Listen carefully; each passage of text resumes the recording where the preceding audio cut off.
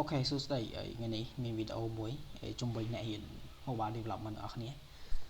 សម្រាប់គ្នាយើងដែលមានកុំព្យូទ័រ Spark យើង Stir ហើយមានទូរស័ព្ទ Android យើងអាច connect real device បានដើម្បីកុំឲ្យកុំព្យូទ័រយើង slow ខ្លាំងពេកហើយជៀសវាងគប់កុំព្យូទ័រចេញពីបន្ទប់អីចឹងទៅអូខេហើយសម្រាប់អ្នកប្រើ iOS ហើយបើអាចទិញ laptop របស់ Tim Cook មួយទៅពោះប្រើទូរស័ព្ទរបស់ Tim Cook ឯងគួរប្រើហើយ laptop របស់ Tim Cook ដែរអូខេអញ្ចឹងអត់អីទេយើងទៅមុខទៀតអញ្ចឹងដំបូងខ្ញុំសូម mirror screen របស់ខ្ញុំអញ្ចឹងគោលដៅរបស់យើងគឺយើងត្រូវ connect real device ដើម្បីធ្វើមិនឲ្យអាការសរសេររបស់យើងហ្នឹងវា smooth ជាងមុនកុំឲ្យកុំព្យូទ័រវាកាំងអញ្ចឹងខ្ញុំសូម mirror screen មកលើទូរស័ព្ទរបស់ខ្ញុំសិនអញ្ចឹងជាទូទៅនៅលើទូរស័ព្ទ Android យើងចូលទៅ setting អាចដឹងអត់ដឹងថាគ្នាយើងមើលច្បាស់ឬអត់ទេអូខេអញ្ចឹងដំបូងយើងចូលទៅ setting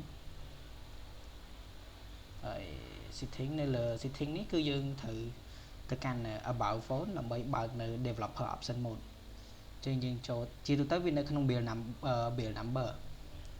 ទូរស័ព្ទ Android អីក៏ដោយដើម្បីបើក developer option យើងត្រូវចូល build number ទាំងអស់ហ្នឹងចឹងយើងចុច build number ហ្នឹង 4-5 ដងទៅវាលោតអក្សរបែបនេះហើយចឹងខ្ញុំបានបើកនៅ developer option mode ហើយអញ្ចឹងយើងមានពីរវិធីដើម្បី connect ហ្នឹងគឺយើងអាចប្រើជា USB debug ក៏បានឬក៏ជា wireless debug ក៏បានអញ្ចឹងខ្ញុំសូមបង្ហាញទៅលើ wireless debug មុនអញ្ចឹង wireless debug គឺយើងត្រូវទៅបើកនៅ wireless debug ហ្នឹងអញ្ចឹងគឺយើង search ទៅ wireless debug វាអាចយើងតាក់តិចដោយសារយើងមានអូខេនេះបែបនេះគឺ wireless debug អញ្ចឹងយើងបើកទៅនៅខាងក្រោមនេះតែខ្ញុំបានបើកហើយអញ្ចឹងអីដែលយើងត្រូវធ្វើនៅពេលដែលយើងមានកុំព្យូទ័រ Windows ហើយយើងចង់ connect មួយទូរស័ព្ទ Android វាអត់សូវពិបាកទេអញ្ចឹងខ្ញុំសូមបិទសិនអញ្ចឹងដំបូងគេគឺយើងត្រូវ connect កុំព្យូទ័ររបស់យើងហ្នឹងទៅមួយនឹងទូរស័ព្ទ Android របស់យើងអញ្ចឹងដំបូងគេគឺយើងត្រូវមក download នៅគេហៅថាSDK platform tool ដែលយើង down ចេញពីនេះ website របស់ Android developer នេះយើងអាច download វាបានចូលមកនឹងហើយយើងអាចចុច download វាទៅគឺ download SDK platform for Android អញ្ចឹងទៅយើងចុច download វាទៅតែខ្ញុំ download ហើយអត់ចាំបាច់វែងឆ្ងាយទេអញ្ចឹងទៅមើលរបៀប setup របស់វាគឺយើងបើក file ហ្នឹងមករួចយើង extract ចេញមកវាអត់មានអីទេ extract ជាធម្មតាអញ្ចឹងមកពេលយើង extract ហើយយើងប្រកាសជាបាន file មួយនេះហើយអញ្ចឹងយើងចុចទៅយើងនឹងឃើញ file adb.exe នេះហើយអញ្ចឹងអត់អីទេយើងគ្រាន់តែ copy path ហ្នឹងយើងគ្រាន់តែ copy path ហ្នឹង copy ហើយយើងទៅ edit environment variable ធម្មតាទៅយើងដាក់នៅក្នុង system មកនេះ system variable នេះកន្លែង path នេះយើងចុច new ហើយយើង pass អីដែលយើងចូលហ្នឹងទៅអីដែលយើងបាន copy មិញហ្នឹងទៅគឺអូខេហើយអញ្ចឹងដើម្បី verify ថាយើងបានជោគជ័យឬក៏មិនជោគជ័យយើងត្រូវ clear សិនហើយយើង check ដើម្បី verify នេះគឺ adb version អញ្ចឹងយើងនឹងឃើញ adb version ហ្នឹងហើយអញ្ចឹងមកន័យថាយើងតម្លើង adb ហ្នឹងបានជោគជ័យហើយ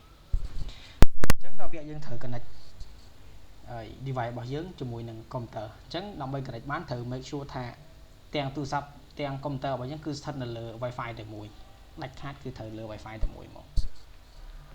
អញ្ចឹងមុនគេគឺយើងត្រូវ pair សិន pair មុនគឺយើង comment adb pair ហើយយើងវាយ port របស់យើងចូលមក port ហ្នឹងគឺនៅកន្លែងណា port ហ្នឹងគឺយើងចូលទៅកន្លែង developer option mode របស់យើងមិនដដែលទៅ wireless debug ដដែលប៉ុន្តែយើងមានកន្លែងមើលហើយយើងធ្វើបែបនេះតែម្ដងទេដល់លើកក្រោយទៅយើងគ្រាន់តែ connect បើ Wi-Fi ណាយើងគ្រាន់តែ connect ទៅគឺហើយតែមកអត់ពិបាកច្រើនទេអញ្ចឹងយើងបើក wireless debug មកអញ្ចឹងយើងនឹងឃើញ port របស់យើងនេះហើយយើងយកកន្លែង pair device with pair code នេះយើង select បែបហ្នឹងទៅនោះវានឹងឃើញ IP ហើយនឹង port អីអញ្ចឹងយើងយក IP ហើយនឹង port ហ្នឹងយើងនៅក្នុងអីដែលយើងបាន connect នេះ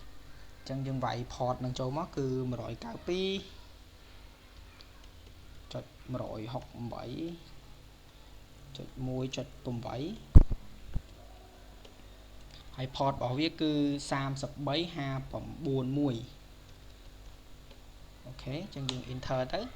តមកទៀតវានឹងឲ្យយើង enter code pairing ហើយpairing code ហ្នឹងអញ្ចឹងអា pairing code ហ្នឹងគឺអាមួយនេះឯងនៅខាងក្រោមនេះឯង នឹងឃើញអត់ទេអូខេនេះគឺ89 26 66កូដហ្នឹងគឺ random រហូតយើងបើកម្ដងគឺកូដថ្មីរហូតអញ្ចឹងយើង89 26 66ចឹងយើង tap enter ទៅ pairing success ហើយអញ្ចឹង after យើង pairing ហើយគឺយើងត្រូវ connect ចឹងយើងត្រូវ comment មួយទៀតគឺ adb connect make sure ថាយើងត្រូវអញ្ចឹងដើម្បី connect គឺយើង connect តាមណាគឺយើង connect តាមរយៈ IP address ហើយនឹង port នេះប៉ុន្តែយើងអត់ចូលក្នុងនេះទៀតទេគឺយើងយកតែកន្លែងនេះទេគឺខុសតែ port ទេគឺអានេះគឺ device port របស់យើងហ្មងអញ្ចឹងយើងវាយមក adb connect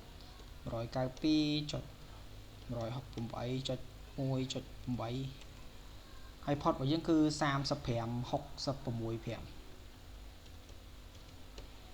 អញ្ចឹងយើង tap enter ទៅអញ្ចឹងវានឹង load ថា already connect ទេព្រោះខ្ញុំបាន connect ជាប់ហើយអញ្ចឹងដល់ពេលដែលយើងវាយត្រូវ port ត្រូវទាំងអស់គឺវានឹង load ថា connect successful ទេអញ្ចឹង after យើង connect successful ទាំងអស់គឺវានឹង load ចូលមកលើ Android Studio ឬក៏ VS Code របស់យើងហើយអញ្ចឹងខ្ញុំសូមបិទ mirror នេះសិនអញ្ចឹងដល់ពេលយើង connect វាចេញរូបរាងបែបម៉េចចាំយើងទៅមើលអស់គ្នាអញ្ចឹងដល់ពេលដែលយើង connect យើងនឹង select device នៅខាងលើនេះហើយអញ្ចឹងយើងនឹងឃើញ device របស់យើង Samsung នេះអញ្ចឹងយើង connect ទៅហើយយើងចុច run ទៅអញ្ចឹង app Flutter របស់យើងហ្នឹងគឺវា run នៅលើ device យើងហៅថា physical device របស់យើងហើយអត់ run លើ emulator ទៀតទេជៀសវាងការគាំងអីផ្សេងអញ្ចឹងទៅដោយសារតែជួនកាលទៅ spec គ្នាយើងទូចទូរស័ព្ទគ្នាយើងថ្លៃប៉ុន្តែកុំព្យូទ័រយើងទូចអញ្ចឹងទៅពិបាកអូខេអញ្ចឹងអត់មានអីទេយើងអាចបាច់ run ទេព្រោះវាអាចនឹងងាយ take time ព្រោះ cool boot ជាងយូរដែរហើយអញ្ចឹងយើង push ហ្នឹងទៅមិនបាច់ run ទេហើយមួយទៀតយើងនឹងចូលទៅកាន់ USB debug អូខេឥឡូវយើងតទៀតយើងចូលមកកាន់ USB debug ម្ដងសម្រាប់ USB debug គឺយើងធ្វើស្តៀងគ្នានឹងទេអាចថាស្រួលជាង wireless debug ហើយ quality វាក៏រៀងគ្រាន់ជាងដែរវាលឿនជាងអញ្ចឹងខ្ញុំសូម mirror screen ខ្ញុំវិញមកខ្ញុំសូម mirror screen ព្រោះខ្ញុំខ្ជិល screenshot អីច្រើនតង់ខ្ញុំសូម mirror ហ្មងទៅស្រួលអញ្ចឹងខ្ញុំចូល setting ដែរយើងចូលទៅកាន់ developer option របស់យើងដដែលហ្នឹងគ្រាន់តែលើកនេះយើងអត់ search wireless debug ទេគឺយើងយក USB debug ម្ដងអញ្ចឹងយើងរកពាក្យថា USB debug នេះយើងឃើញ USB debug អញ្ចឹងយើងបើកវាមកនេះគឺ USB debug អញ្ចឹងយើងបើកវាហើយ by default គឺវាបិទបែបនេះ right អូខេច្រឡំបិទ sorry ចាំតិច connect សារថ្មីច្រឡំបិទមិញអញ្ចឹងគឺ 192.168.1.8 ហើយ port របស់យើងគឺ 3622.3 អញ្ចឹងពេលយើង connect ជោគជ័យគឺ load បែបនេះឯងអូខេអញ្ចឹងខ្ញុំ run វាសារថ្មីមកអញ្ចឹងយើងនឹងឃើញឲ្យ Samsung របស់យើងហើយអញ្ចឹងយើង mirror វាឡើងវិញមក sorry មិនច្រឡំអូខេអញ្ចឹងយើងបើកតែ USB debug មិញមកគឺជោគជ័យហើយជាទូទៅខ្ញុំអត់សូវចូលចិត្ត scroll setting ទេខ្ញុំ search អីខ្ញុំខ្ជិលខ្លាំងអញ្ចឹង USB debug ហ្នឹងអូខេអញ្ចឹងយើងបើកវាមកឲ្យតែយើងបើកហើយ and then យើងយកខ្សែ cable របស់យើងហ្នឹងខ្សែ USB របស់យើងដោតចូលកុំព្យូទ័រម្ខាងទូរស័ព្ទម្ខាងមកមិនថាជា USB A ទៅ USB C ឬក៏ USB C ទៅ USB C ទេយើងប្រើបានដូចគ្នាអញ្ចឹងយើងដោតវាចូលទូរស័ព្ទរបស់យើងមកអញ្ចឹងដល់ពេលដោតវាប្រកាសជា load បែបនេះហើយវានឹង load ផ្ដាច់ wireless debug ហើយអញ្ចឹងអានេះស្រួលទេដល់ពេលយើងដោតអញ្ចឹងហើយយើងបើក USB debug ហើយកន្លែង device នេះយើងប្រកាសជាឃើញនៅ Samsung របស់យើងហើយយើងឃើញថា physical ឃើញអីចឹងទៅហើយយើងអាចមើលកន្លែងនេះក៏បានដែរកន្លែងនេះយើងមាន wireless យើងមាន mobile យើងមានអានេះរានតាម Wi-Fi របស់យើងអានេះគឺខ្សែរបស់យើងហ្នឹងឯងអញ្ចឹងយើងចុច select ទៅហើយយើង run ទៅវានឹងចូលមកហើយអញ្ចឹងវាសម្រួលដល់ការហ៊ាន mobile development យើងដែរដោយសារតែបើសិនជាយើងបើកជាប្រភេទជា Android emulator ដូចពួកនេះអី Pixel 9 Pixel X អីវាធ្ងន់ដែរអានោះម៉ាស៊ីនយើងធំនៅតឹងបើសិនជារលូនតតែអី MacBook អញ្ចឹងបើសិនជាចង់ស្រួលឬក៏អ្នកដែលមានចង់រៀន mobile អីមានលុយទិញ MacBook ទៅ thêm khúc mà chốt mong cáiទាំងទូរស័ព្ទទាំងកុំព្យូទ័រទៅស្រួលយើងអាចរៀន Swift រៀនអីបានយើង unfair ដែរអ្នកមាន Mac រៀន Android រៀនអីបានមកស្រឡាញ់ប៉ុន្តែអ្នកប្រើ Windows អ្នកប្រើ Android អត់អាចរៀនRS បានទេអត់អាចរៀន Swift បានទេអញ្ចឹងយើងអន់ចិត្តដែរ